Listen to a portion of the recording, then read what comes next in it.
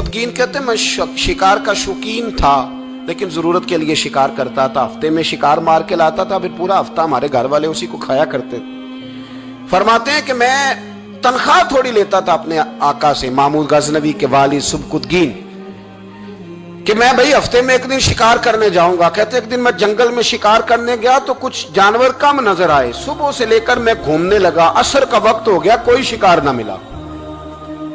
اب میرے دل کے اندر یہ ڈر تھا کہ اگر مغرب مجھے یہیں ہو گئی تو مجھے کوئی درندہ کوئی جانور پریشان کرے گا۔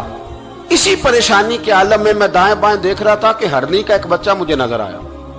میں نے جھٹ سے وہ ہرنی کا بچہ ہی اٹھا لیا کہ آج یہی شکار کروں گا۔ کہتے ہیں میں نے اسے گھوڑے کے آگے رکھا، اپنے آگے گردن کی جانب، اور میں نے گھوڑے کی لگامیں اس تیزی سے گھمائی کہ سر پٹ گھوڑا دوڑایا تاکہ مغرب سے قبل میں شہر میں پہنچ جاؤں، یہ جنگل کا علاقہ گزر جائے۔ کہتے ہیں میں بڑی گرمی تھی، بڑی پیاس لگی، پر پانی نہ پیا نہ گھوڑے کو پلایا، سر پٹ دوڑایا اس ڈر سے کہ کہیں ایسا نہ ہو کہ میں جنگل میں مجھے شام ہو جائے۔ کہتے ہیں جب میں شہر سے باہر پہنچ گیا تو مغرب کا وقت بھی شروع ہو گیا۔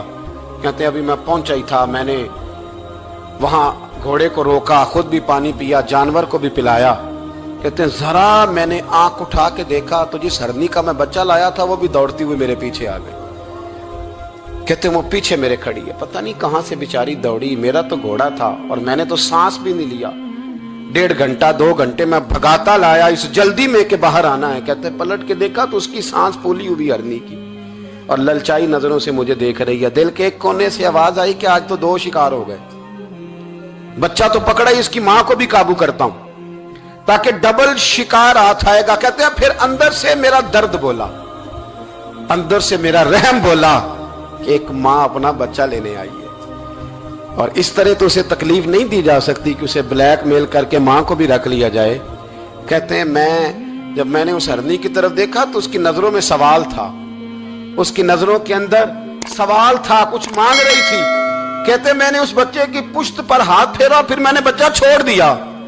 کہتے اس نے پہلے بچے کو بازوؤں میں لیا، پھر اپنی زبان سے اپنا بچہ چاٹنے لگی۔ کہتے ہیں پھر وہ جب جنگل کی طرف جانے لگی تو ایک دفعہ اس نے میری طرف دیکھا، دوسری دفعہ اس نے آسمان کی طرف دیکھا۔ زندگی میں مجھے اتنا سکون کبھی نہیں آیا تھا جتنا آج آیا۔ کہتے میں گھر گیا، عشاء کی نماز پڑھی، باوضو میں بستر پہ لیٹ گیا، لوگوں میرے نصیب دیکھو، مجھے مدینے والے محبوب کا دیدار نصیب ہوا۔ رسول کریم علیہ السلام میری خواب میں آئے، میں رونے لگا، گھر مہک اٹھا، پھول کھلنے لگے، خوشبوئیں بکھرنے لگی۔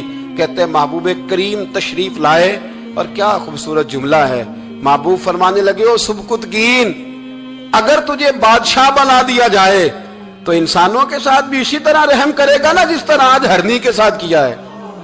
اگر تجھے بادشاہ بنایا جائے تو رویہ یہی رکھے گا یا بدل جائے گا؟ کہتا میں رو پڑا، میں نے کہا یا رسول اللہ میں تو غلام بننے کے بھی قابل نہیں، تو بادشاہ کیسے بنوں گا؟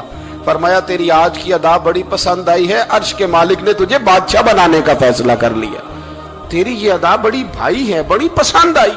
فرماتے ایک ہرنی کے بچے پہ رحم کھایا تھا، رب کریم نے مجھے بادشاہی عطا فرما دی۔